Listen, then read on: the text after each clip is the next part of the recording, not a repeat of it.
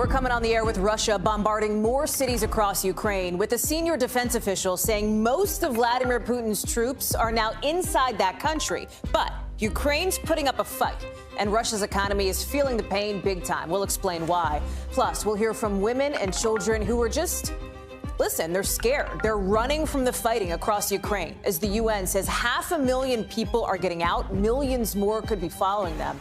And speaking of the UN, they're saying your house is on fire. Actually, that is literally what a scientist is calling this new climate report that lays out the shocking things that could happen to this planet and why it may already be too late to fix it. And we're learning tonight that President Biden's reworking his State of the Union speech to focus on Ukraine, but he's also got another job, reaching out to voters under 30, what they think about his performance in tonight's original. And don't worry about money for peanuts and Cracker Jack, because right now you can't take anyone out to the ball game. We'll explain why experts think MLB's opening day is doomed because of a fight over money later in the show. Hey, I'm Hallie, and tonight the Russian military is shelling more cities in Ukraine, with countries around the world upping the pressure on Vladimir Putin, trying to get him to stop. Just look at some of these videos. They're from a city called Kharkiv. They are getting pummeled from the air. Look at that. You see smoke coming up from buildings. Then, in the capital city of Kyiv, you have people getting Molotov cocktails ready. That's what this is. They're getting ready to throw them at Russian soldiers. A senior defense official tells NBC News those troops are about 15 miles outside the city. And the U.S. thinks something like 75% of Russia's forces are now inside Ukrainian borders. But it may not be easy for them, because Ukraine is putting up a fight, a real one, slowing down Russian troops by at least a few days, according to the assessment from the military in this country. With one member of Congress telling me just a few minutes ago he thinks Putin underestimated the Ukrainians. This is what it looks like right now. People hiding from the shelling in Kharkiv and Mariupol. 500,000 people getting out of the country altogether, boarding trains from Lviv into Poland. We're talking about human beings who are more than just statistics. They're people with families and fears. They are desperate to get to safety in what is now becoming a growing humanitarian crisis. We could just hear the sirens, and we could hear the shelling. Me and my kids and my mom, we are going to travel to Poland first. I don't know which way now. We're gonna try because it's really hard to do now. It's destroyed. Russia destroyed all. Putin monster. As far as any push on the diplomatic front, Ukraine and Russia did talk, at least, on the border with Belarus. Ukraine saying there'll be a second round of talks soon, but there's not really a sign it'll stop the fighting. And right now, Russia's economy is tanking because of these big sanctions. The country's central bank more than doubling interest rates. And check this out. Russia's currency, the ruble, it's crashing. You can see the sharp line right from when Putin invaded. The ruble's now worth less than a penny. We're going to break that down a little bit more with Keir Simmons in a second. But I want to start with Cal Perry, who is on the ground in Lviv, Ukraine. And Cal, where you are right now, this is where people are going out of the country. They're trying to get to Poland. It's where supplies are coming in. Tell me what you're seeing, what you're hearing from the people you're talking to. Yeah, this is where we're starting to see the effects of the war on the civilian population. You have now 500,000 people, 500,000 people have already left Ukraine.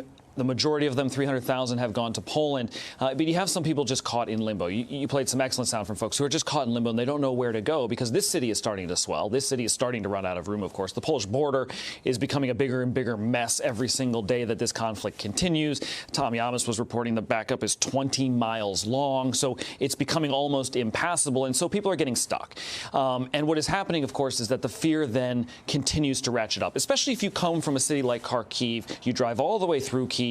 You get here, and then the alarms and the sirens go off here, and you have to run for a bunker with your kids. It is psychologically very, very difficult. On top of that, of course, you have a population that is rallying together against Russia, against Vladimir Putin. Here's a little bit of sound of how people feel about Putin these days. Take a listen. Without home now, this is very bad. Putin, please stop this.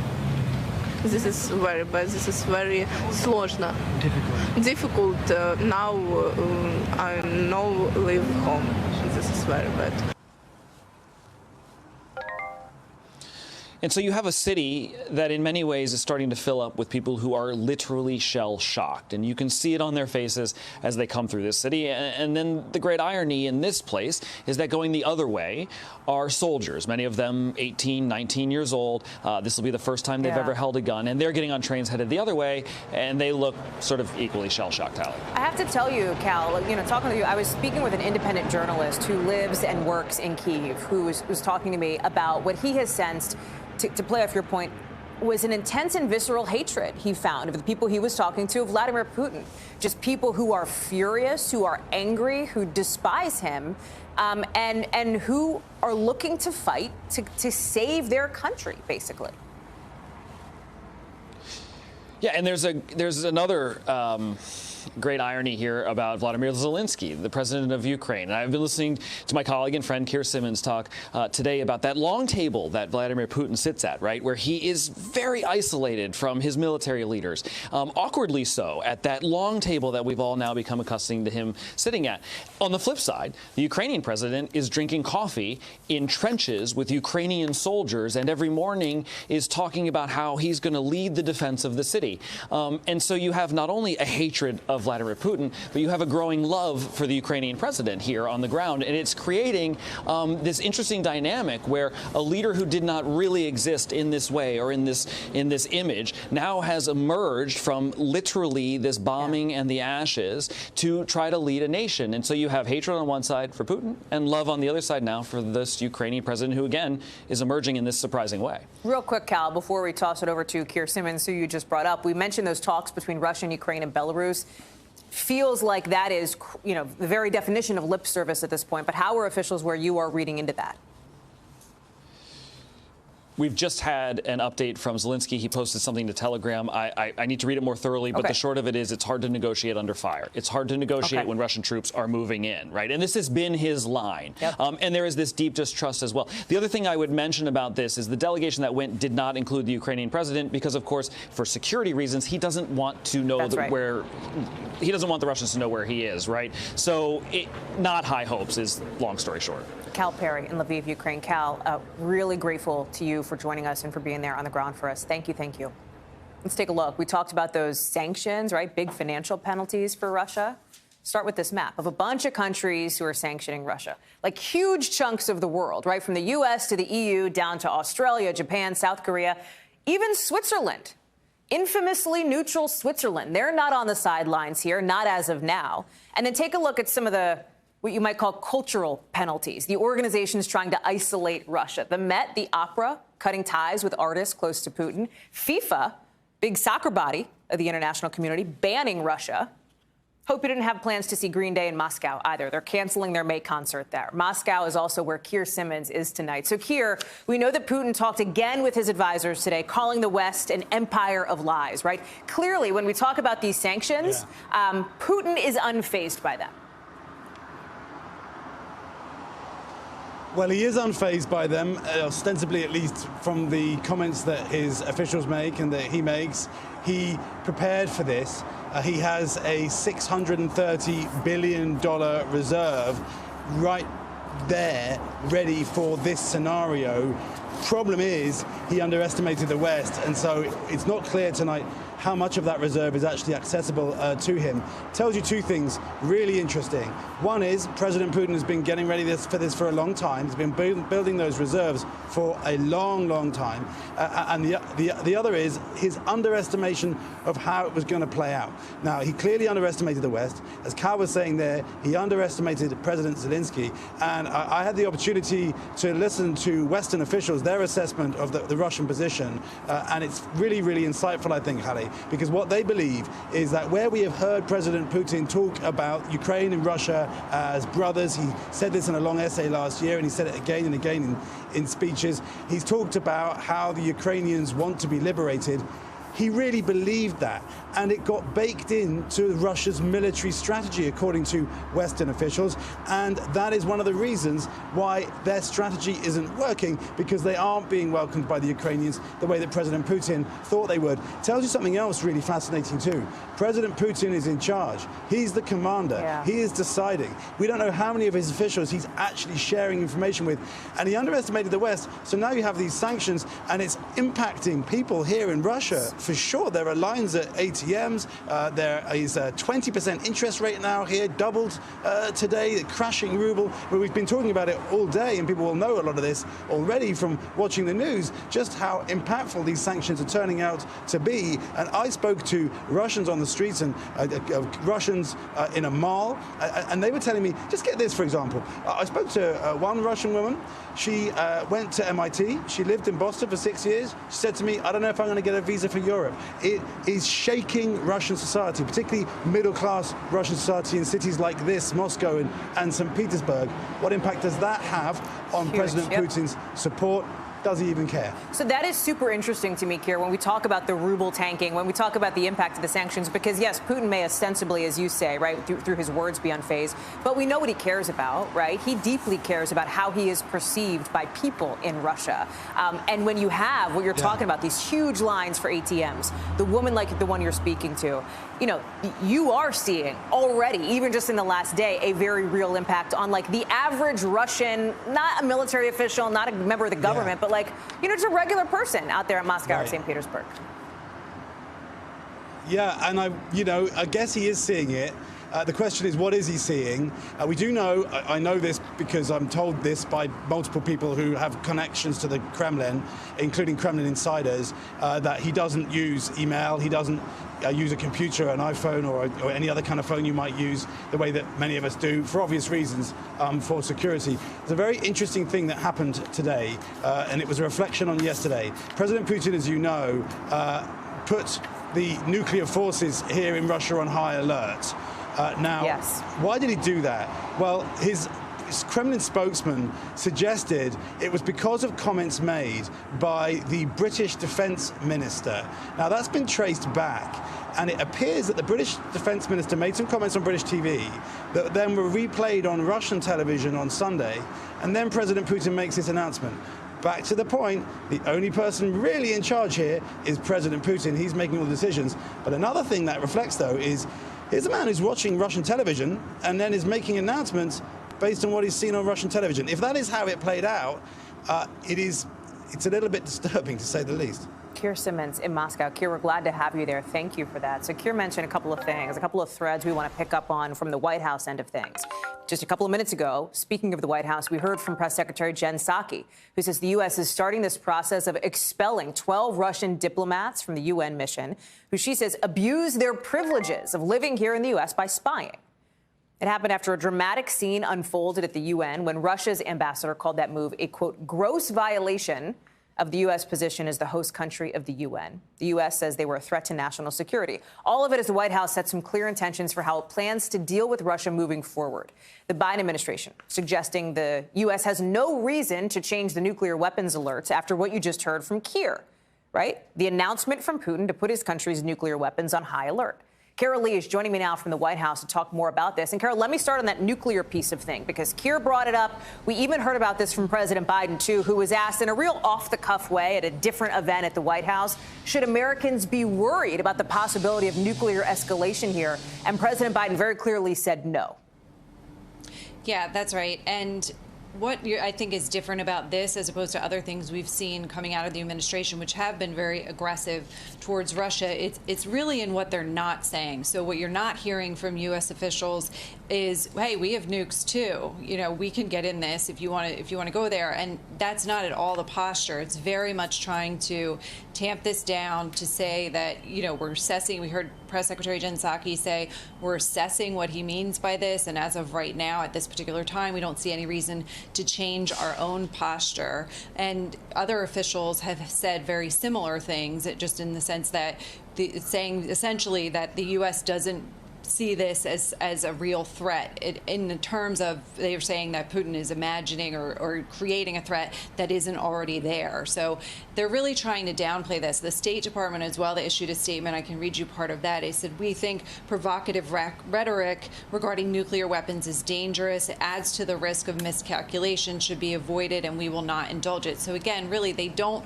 want to be engaging in this kind of talk with the Russian leader when it comes to nuclear weapons. It's just, in their view, far too dangerous. And there were a lot of folks in the administration who are alarmed by this and really don't want to escalate it. There's also that news we found out about in just the last 90 minutes or so that we've also referenced here, the expulsion of those 12 Russians from the UN mission, Carol. Now, this has apparently, according to the U.S., been in the works for several months, but very clear timing that seems aimed at what's happening right now in Ukraine. Sure, and it certainly, Hallie, adds to the pile of things that the administration has been doing over the past week to respond to Russia. All of the sanctions, we've seen them ramp them up almost day by day, and now we're hearing about these 12 diplomats who were expelled because the administration says that they were engaging in spying activity. And so this is another way that highlights another tool that the administration has to push back on Russia. If you'll recall, in 2018, the U.S. announced that it was expelling 60 Russian diplomats, and that was in response to the poisoning of a former Russian spy in the UK. And at that time, it was seen as a real move against Russia and designed to embarrass them. So again, it's another tool that they have. Real quick, Carol, we're going to be talking about this a ton tomorrow night on this show and during our special coverage of the President's State of the Union speech tomorrow night. But we know, based on the reporting that you and our team have done at the White House there, that the president's reworking some of that speech. He's going to focus a little bit more on Ukraine, no?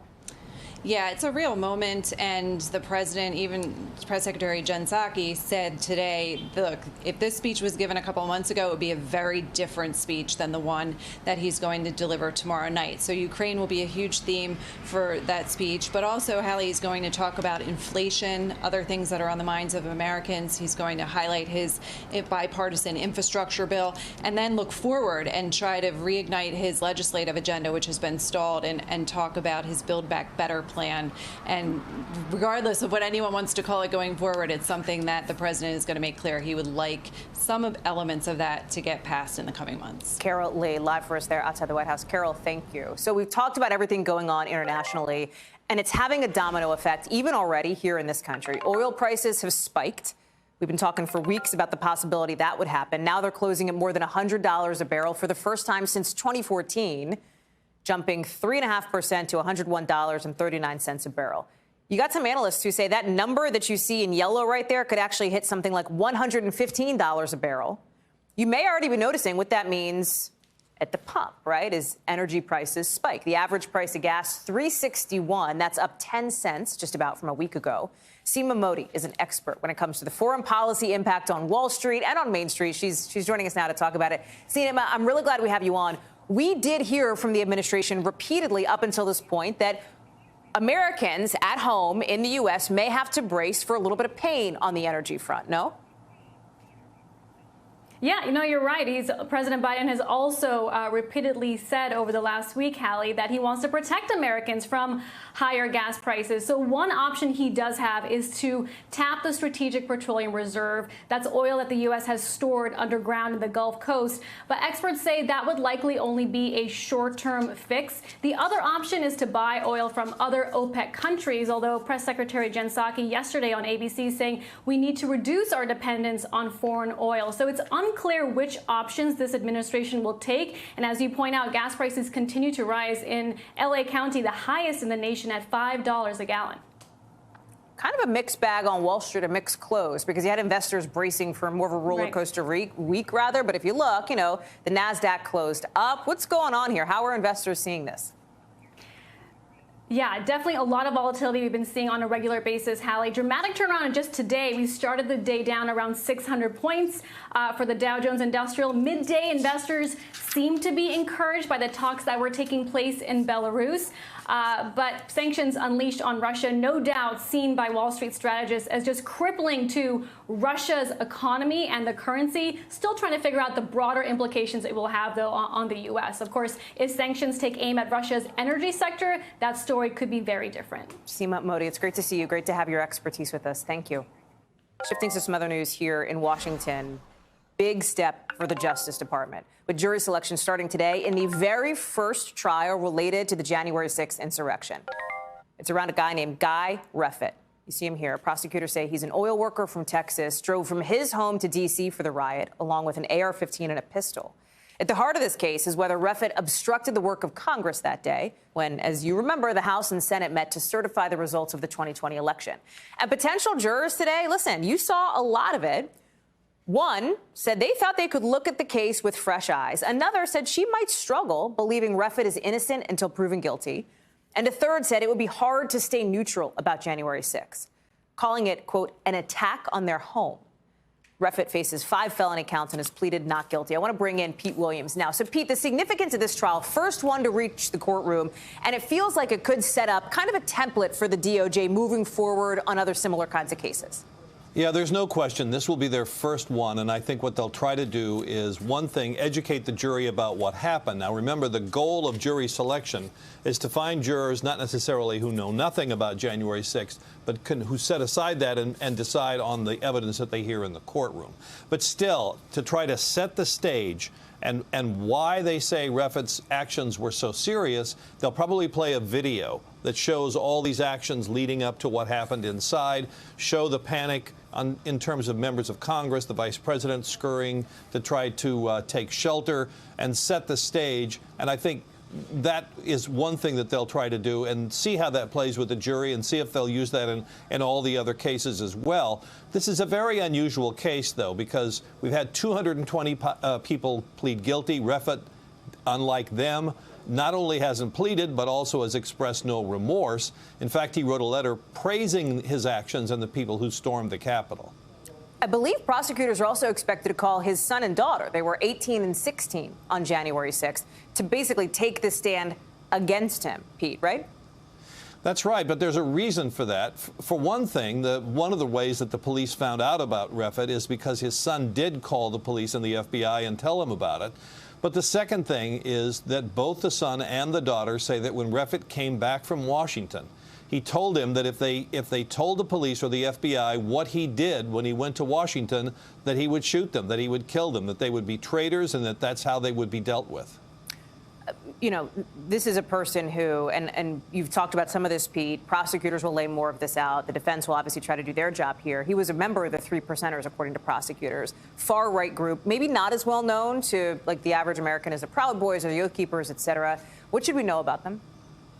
Well, I don't think the Proud Boys or the 3 Percenters angle is going to be all that important to his case, but they will, interestingly, Hallie, have one of the 3 Percenters that he traveled to Washington with testify against him. He's that person, that 3 Percenter, has been given immunity. And he will talk about the sort of things that he says Reffitt said he was going to do when he came to Washington, how he would try to target and drag out certain leaders in the Congress. But the evidence against him is going to be based on his actions. And his actions in what the government says was obstructing the vote count. And they also say that he illegally brought guns to Washington, that he had a shotgun and a handgun, and that he had the handgun with him when he came to the Capitol. Now, he's not accused of actually entering the building, but the charges nonetheless say he tussled with the police outside. And I should mention one other thing, Hallie, about the testimony of his son. His son actually recorded, using his cell phone, some of the things that his father said at home, and those recordings will be played in court. So it'll be quite dramatic. And I think the task for the prosecutors will be to draw out this testimony without appearing to push them too hard, which could backfire and make the jury think, well, you're trying to squeeze this guy's children to testify against him. So it's a tricky line the government's going to have to walk there. I know you'll be staying on top of it for us. Pete Williams, thank you very much for that. Appreciate it. Coming up, big floods rip through Australia, leaving several people dead. We've got more details on the country's so-called rain bomb later in the show. And a new report from the United Nations says we are running out of time fast to deal with the climate crisis. We've got that straight ahead.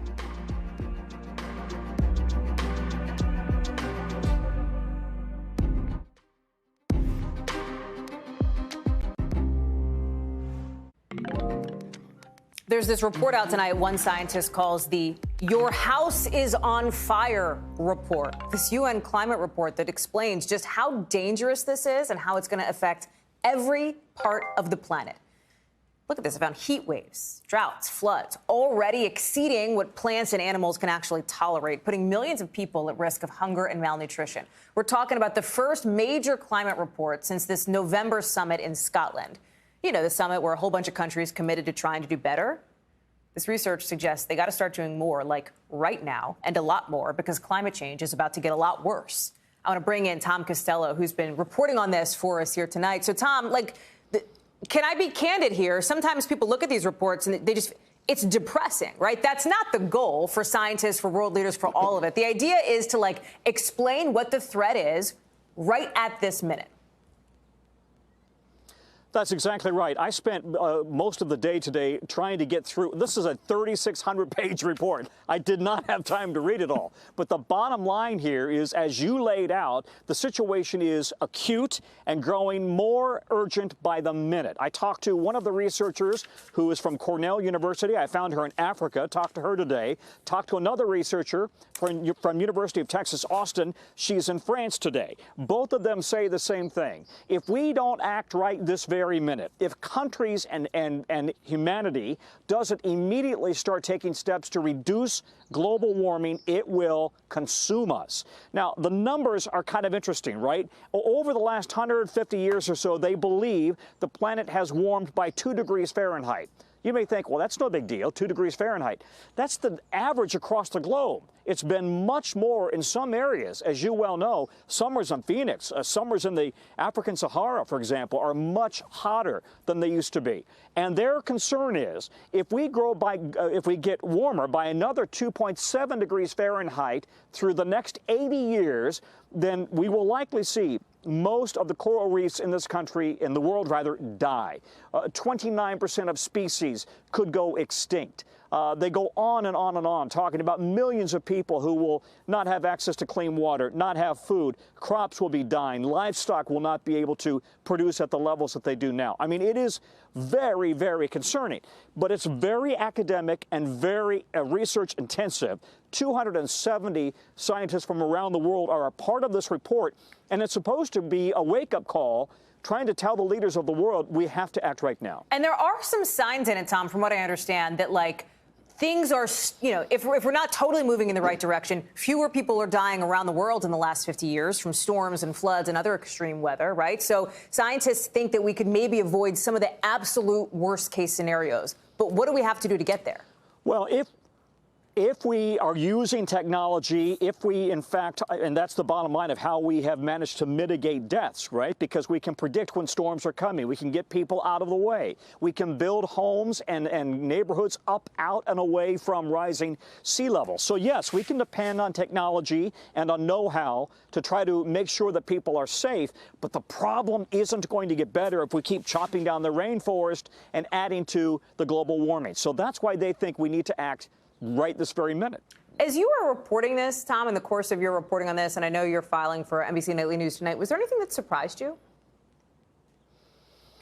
I think really, you come away from it really kind of depressed and thinking, my goodness gracious, what kind of a planet are we leaving our kids and our grandkids? Listen, highly unlikely I'm going to be around in 80 years, right? But I hate the idea that my kids and grandkids are going to be living in a world that is literally becoming uninhabitable in many, many, many places. And when you look at the science that's gone into this, and these are not a bunch of, one of the scientists I talked to said, listen, these are not a bunch of tree huggers. These are some of the world's best scientists putting their best research into this to try to have a good feeling for what's happening. Yeah. And in her words, the world rather, simply cannot absorb all the carbon that we are feeding it. And as a result, it is quickly going into a chain reaction, and it's a spiral downward if we don't stop it now. Tom Costello, it is great to have you reporting on this for us. We'll look for more of it tonight on Nightly. Thank you, Tom. Still to come on this show. Toyota plants in Japan stopped production after what they think was a cyber attack. We'll tell you more about it coming up next in the 5 Things. Plus, Facebook and Twitter are making moves against Russian disinformation accounts that are targeting Ukrainians. We've got Ben Collins on how those social media platforms are stepping up in a surprising way. Next.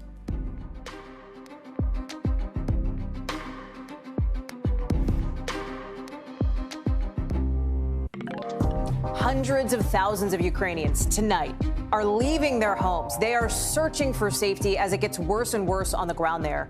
We're going to take you live to Ukraine in a second to get a check on what is a growing humanitarian crisis now. But first, let's get you over to the 5 things our team thinks you should know about tonight. Number 1, coming into us actually right before I walked into the studio here, we found out former President Donald Trump and his children, Ivanka Trump and Donald Trump Jr., they're appealing a judge's order for them to answer questions under oath in the civil investigation into their business. That investigation is being conducted by the New York Attorney General. We don't know what the court's going to do, if they will allow the Trumps to stay while it hears the appeals, but we'll stay on top of it. Number 2, at least 9 people have been killed from flash floods ripping through northeastern Australia. Look at how bad that is. That's the top of a gas station right there. That's how high the rain is. The region was hit with something called a rain bomb, a really bad kind of storm. It's the worst flooding this area has seen in more than 10 years. Schools had to close. People had to be evacuated. She saved her dog, at least. That's a good thing. Number 3, nearly half of the 500 million free COVID tests the Biden administration made available to people haven't even been claimed yet. Officials say only about 100,000 orders for the free tests are coming through a day now. Even though positive cases seem to be going down, the White House still wants people to take advantage. Order your tests. They're free. Number 4, Toyota stopped down production at all of its plants in Japan today because a supplier was hit by what they think was a cyber attack. The shutdown of those 14 factories is expected to cost Toyota something like 13,000 cars worth of lost production. Japan's prime minister says the government is looking into whether Russia could potentially be involved in that cyber attack. Number 5, Ukraine's government and NGOs raised more than $16 million in crypto to try to fight back against Russia's invasion. The country's official Twitter account posted links for 2 crypto wallets over the weekend, and people stepped up. The government is using those donations to support NGOs and its military. So we talked a little bit earlier in the show about what is a serious refugee crisis that is unfolding really by the minute in Ukraine. You have families with little kids. They are out there in freezing cold temperatures. They're trying to get out by train. They're trying to get into cars. Some of them are even walking. The Polish ambassador to the UN calling this moment one of the biggest humanitarian crises since World War II. And for tens of thousands of people, look at this. This is where the journey starts, at the train station in Lviv. That's Tom Yamas. You know him. If you watch this network, you know Tom. He was there, and he talked with some of the people trying to make their way out of the country. Tom is joining us now. It is so difficult, but so important, Tom, to be hearing and listening to the stories of these people that are trying to get out because they are desperate. They just want to get somewhere safe. Yeah, and there's hundreds of thousands of them. We're approaching nearly 500,000. And when you go to these border crossings, when you go to the train stations, you see tens of thousands, if not hundreds of thousands of more families.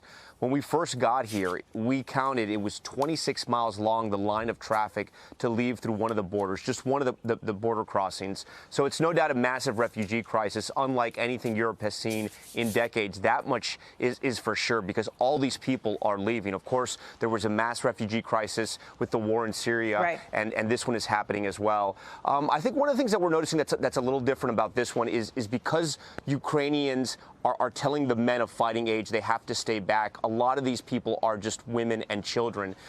You see, and we saw it there in the train station, a husband saying goodbye to his wife, and he was going to turn around and go back to fighting. The family lives in the eastern part of the country. They had migrated over here to the western part to try to get out. And the wife broke down right there next to me when we started talking to her. And this is happening, I mean, every hour, every minute it's happening. These families are being torn apart. It's incredibly sad. These children are crying. And, you know, as a mom, you know how this is, just trying to take your child anywhere.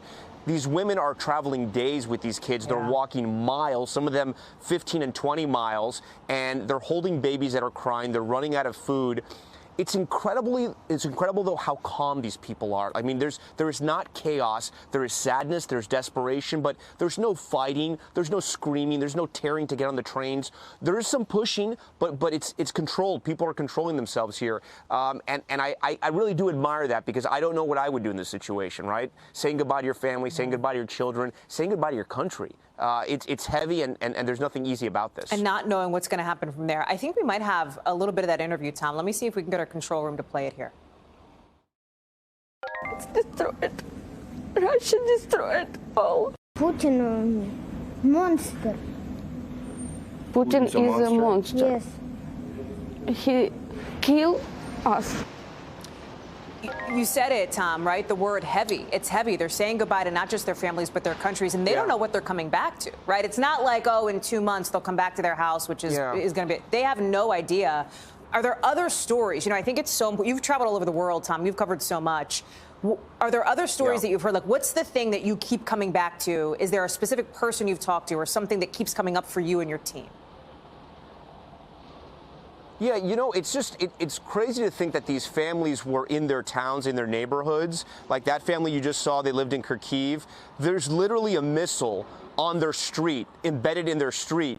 They woke up to missiles hitting their neighborhoods, the explosions lighting up the night sky, and they just took off running. And a trip that should take 9 hours took that family 50 hours.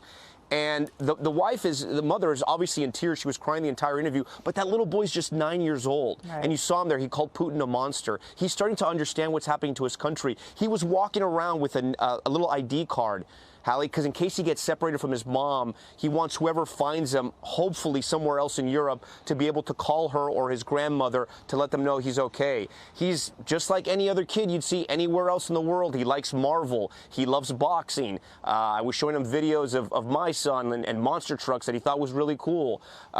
It's incredibly sad, but it's something these people are dealing with. And also, I mean, Hallie, the other thing that is impressive to me is the men that are staying here and that they're going to fight. I also spoke to a guy, and we're going to have this story tonight on Nightly News and on Top Story, a guy who's making Molotov cocktails, and he took us into his warehouse. He's making 2,500 of them. And you have to understand, these Ukrainian civilians are fighting one of the biggest armies in the world, a superpower, Russia. They have more than 400,000 members of their military. The Ukrainians are nowhere near that. And I know a lot of social media has sort of told this narrative, which in some respects it is true, but it's very early on in this war. Ukraine has done an incredible job in fending off the Russians, but this is still very early, and they have such a massive military. Russia still has a lot of fight in them, and they also have a lot of members of their army left in them as well. Yeah, the resistance, you know, for now, right, and for a few days, according to the assessment from the military here in the U.S., but who knows how much longer that'll last. Tom, I'm really glad you're with us. We talk in these big numbers, 500,000 refugees, et cetera. It's about those stories, like that family that you met. That's what says it all. So thank you, Tom. We'll look for you on Nightly and on Top Story. Appreciate it, pal.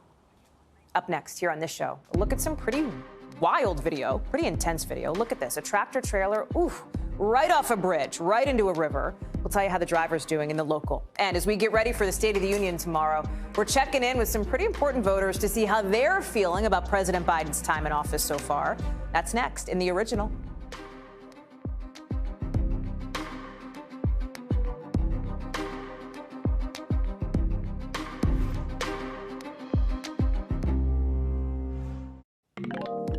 NBC News covers hundreds of stories every day. And because you couldn't possibly read or watch or listen to them all, our bureau teams have done it for you. This is what they tell us is going down in their regions in a segment we call The Local. From our Northeast Bureau, dramatic video shows the moment a tractor trailer carrying mail plunged like 50 feet. Did you see that? Off a bridge right into a river in Weston, Massachusetts. Amazingly, the driver managed to escape without getting hurt before the whole truck went under the water. Officials are still trying to figure out what exactly caused the crash. From our West Coast Bureau, U.S. Customs and Border Protection officials seized nearly $3 million worth of meth disguised as onions. There they are, onion or meth, the age-old game, I guess. The drugs were hidden in some of these small packages at a San Diego facility along with the shipment of onions. So far, officers have arrested the driver who drove the meth in. And from our Midwest Bureau, a ticket from Michael Jordan's debut Chicago Bulls game sold for guess how much? About $500,000 at auction. The seller in 1984 paid $8.50 for that ticket. He found it not too long ago in a folder in his basement. Good timing, too. Cole says just a week before the auction, his car died. He says he's going to use that money to replace it. It's going to be a nice car.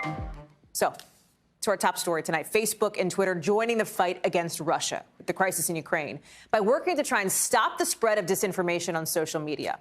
And just a couple hours ago, we also heard from the parent company of Facebook, Meta, which said it'll restrict access to Russian media, to RT and Sputnik, at the request of the EU and other governments. That's after Twitter said today it'll now add labels on tweets linked to Russian state media and try and make it harder to find, less easy to see, essentially.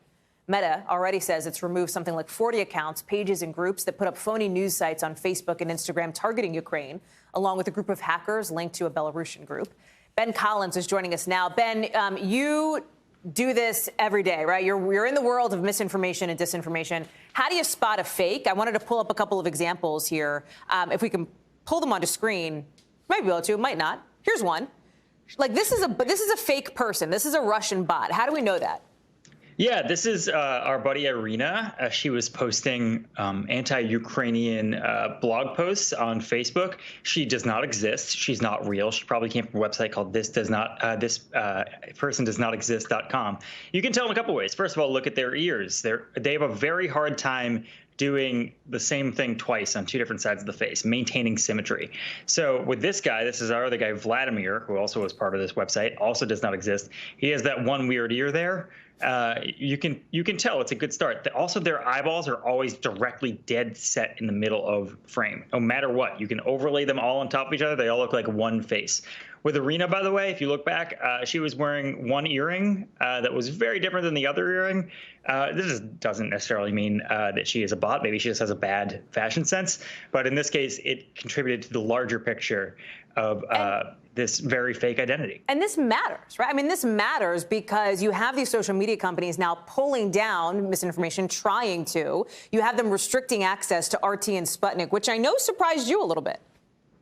Yeah, this is not usual for them. In fact, like, you know, Russia Today, the propaganda website, is one of the largest YouTube channels, period, news or otherwise, and has been for about a decade.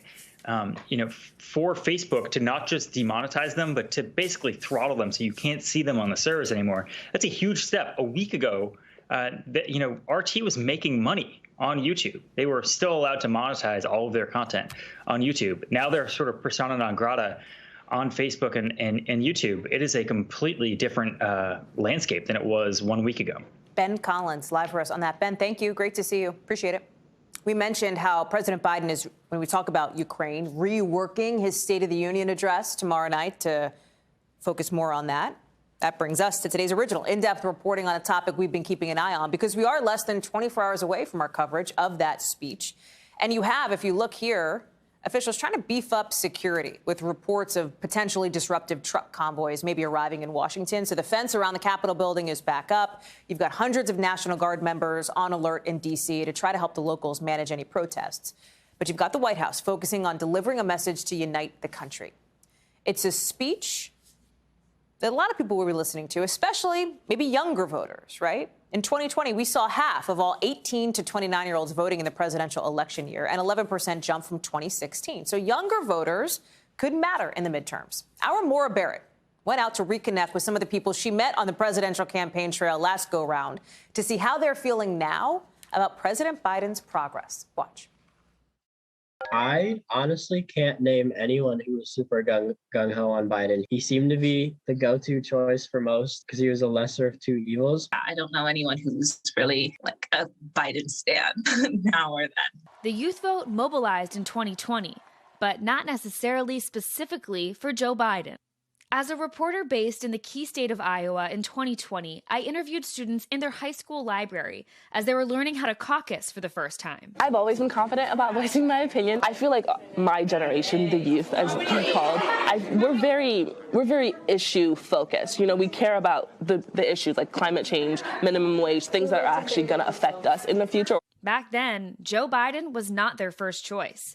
He ultimately landed in 4th place in the caucus results. 2 years later, I linked back up with those students, now in college, still with lots of opinions. 2 years later, huh? Do you think 2 years older, wiser? How you feeling? Samira caucused for Pete Buttigieg, while Bashar was in Bernie Sanders' corner. Biden just wasn't that candidate for me at the time. I shied away from how moderate of a candidate he was. I just felt like he wasn't really strong in any one issue. It seemed very wishy-washy. They both supported the now president in the general election and are pleased with some of his accomplishments. I was really excited when that infrastructure bill was passed. I thought that was a huge win. Beyond that, I'm also relatively fond of his COVID response relative to our last president's COVID response. I admired the way he took it seriously. He started with vaccine rollouts. And in a way, I think in doing so, put pressure on the vaccine a little bit and kind of drew back on the whole mask and the testing thing.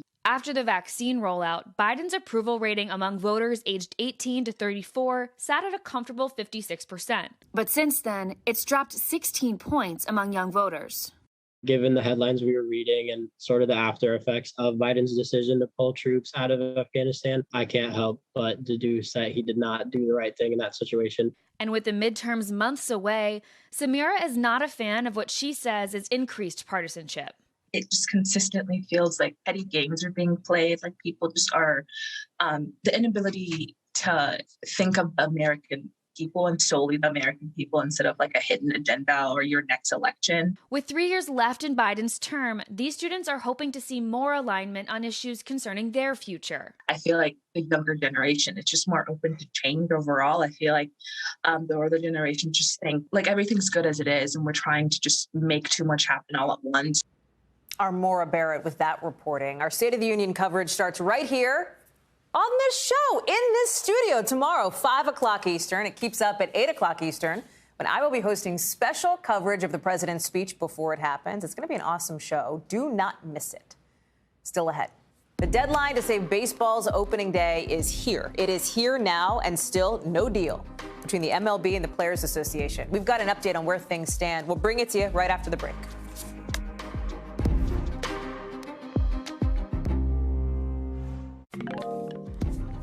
Well, we are going to find out at some point in the next few hours whether Major League Baseball owners will follow up on their threat to delay opening day, because right now, no deal between the league and baseball players. And a story we've been telling you about for a past, 3 weeks or so. Here's the schedule, right? February 16th, pitchers and catchers are supposed to report. That's come and gone. You're supposed to see the first spring training game. Nope. Big red X from that weekend. All that's left, right? This is today. Opening day, March 31st. 4 weeks away. And today you have this self-imposed deadline by the league. Again, self-imposed. And let me make that really clear. There's no rule that says today is the deadline for a deal. MLB Commissioner Rob Manfred can lift the lockout whenever the league wants. But his bosses, the owners, say the players need 4 weeks of training before opening day. And that can only happen after a deal gets done. Reporters who are following these talks say the two sides still have some big differences. Sam Brock is in Miami covering all things baseball for us. Okay, Sam, first of all, any update? What do we know at all about these talks? Because right now, I don't think it's subjective to say it seems less than likely that they'll come to some kind of miracle deal before midnight. Hallie, first of all, so good to be back with you. I would say we know that they've been there since 10 o'clock this morning, my friend. So it's been 7 or 8 hours of negotiations just today. This is the 8th consecutive day of bargaining. So maybe I'm wrong. Are you saying maybe like an MLB miracle yet lives? Maybe? Could? I am not betting on an MLB miracle. I just hope that your little map there doesn't have X's through all 30 days of this next month.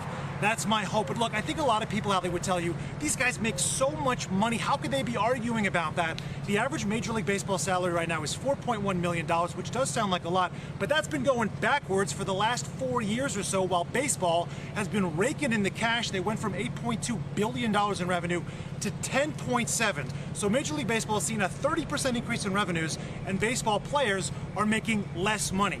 How does that compute? That's really one of the issues at the heart of all this. I spoke with a family member of a Boston-based family that moved down to Florida, Hallie, and what they told me was that the tradition of going to spring training is so ingrained in the sport. This dad, his name is Richard Welch, met Ted Williams, the last player to hit 400 in baseball when he was a 9-year-old kid. He would love to share those kinds of experiences with his daughters. Can't do that right now. Here's what he told me. In these tough times where they've missed out a lot already, and now we finally can go do these things, and we can't because of financial reasons of the teams. Hallie, on April 15th, it's going to be the 75th anniversary of Jackie Robinson breaking the color barrier. It's not just one of the most important days in Major League Baseball history. It's one of the most important days in American history. Can you imagine if there were no games that day, no league-wide celebration, because these two sides could not get their act together? That is a very real possibility. But so what is the best case scenario, Sam? Because you've laid it out. You've laid out the pieces here. The businesses, the fans who are getting hurt by not having spring training going on, the sort of money discrepancies here. If the owners are right and there needs to be like 4 weeks, and let's say they want to be playing mid-April, what is the best case scenario? Does that mean we've got to have some sort of deal in the next 2 weeks for that to happen, or does it just depend at this point?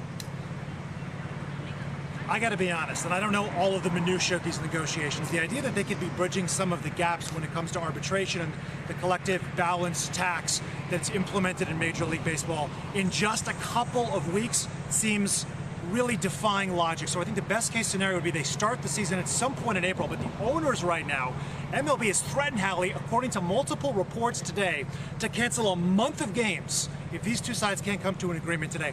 One of the players, Jamison Tyone, who was a pitcher for the New York Yankees, tweeted about this and said, "We've seen these threats before, calling your bluff. We understand that Major League Baseball has calculated a certain number of games they can probably lose and still make money this season based on the TV contracts." But how this plays out, you see the player skepticism right there on your screen.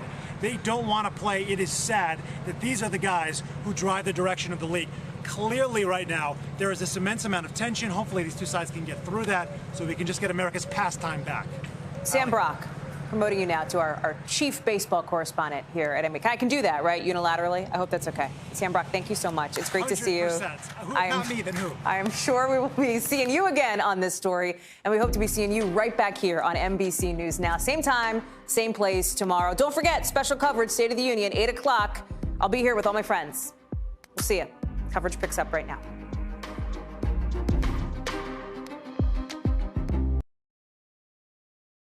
Thanks for watching our YouTube channel. Follow today's top stories and breaking news by downloading the NBC News app.